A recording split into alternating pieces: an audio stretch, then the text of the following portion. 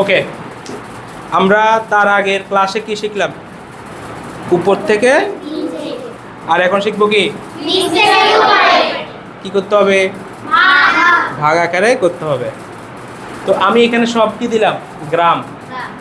গ্রাম বলি, লিটার বলি আর মিটার বলি, কোনো সমস্যা আছে? এখন আমরা যাকে বলবো সে একটু আমাদের সাথে কথা বলতে হবে, কেমন? আচ্ছা, প্রথমে কি লেখা আছে বলো দেখি।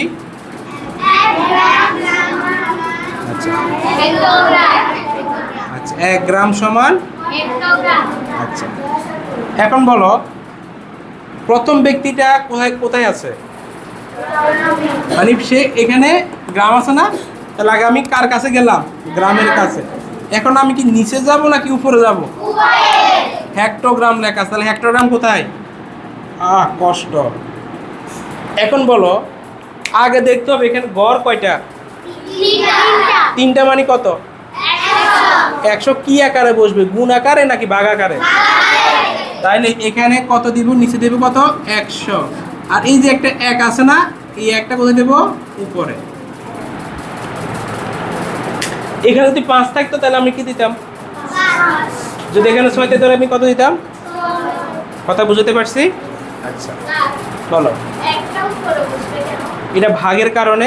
ভাগের কারণে আমরা ওখানে 1 গুণ 1000 দিতে পারতাম, 100 দিতে পারতাম নাই। আমরা এই সূত্রগুলোকে আমরা এইভাবে শিখব, ভাগ আকারে। ঠিক আছে? মানে তোমরা এই সূত্রগুলো এইভাবে লিখবা। আবার অনেকে কীভাবে লেখে? এভাবে না লিখে তারা দশমিক আকারে লেখে। কীভাবে? ধরো 0.01, এটাও আমি শিখাবো। ঠিক আছে? আচ্ছা, আমরা ওইদিকে যাব না, আমরা এইভাবে শিখবো। ঠিক আছে? এখন বলো দেখি এ কোথায় আছে? আমি আগে গ্রামে চলে গেলাম, তারপরে কোথায় যাব? কত? তাহলে উত্তর কত হবে? 10/1। আচ্ছা, এবার আসো লাস্টটা দেখো। লাস্টটা কিসে আছে? মিলি। এখন কোথায় যাব? ডেসি। তাহলে কয়টা গড়? 3টা। মানে কত? 100। তাহলে 100/এর কত হবে? 100/1। আচ্ছা, ও যাতে একটা প্রশ্ন করছে, স্যার আপনি এটা কেন এইভাবে দিলেন? আমরা তোমরা বুঝতে পারছো তো সিস্টেমটা? আচ্ছা,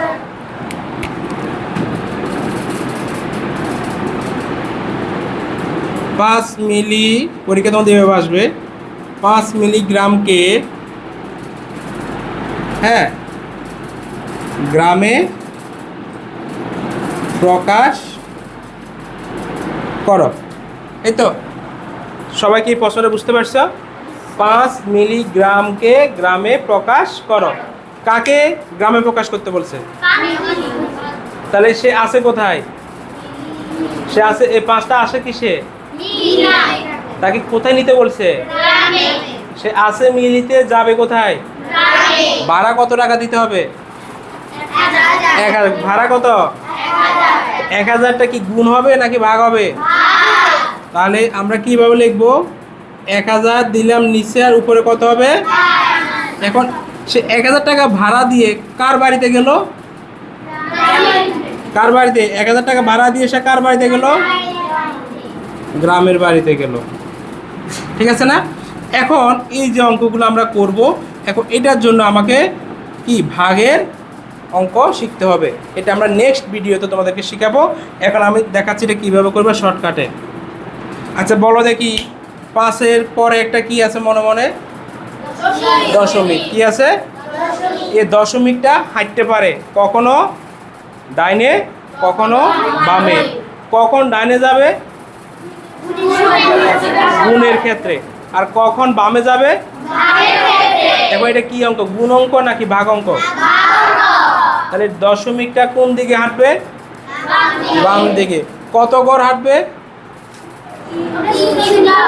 3 গড় হাঁটবে।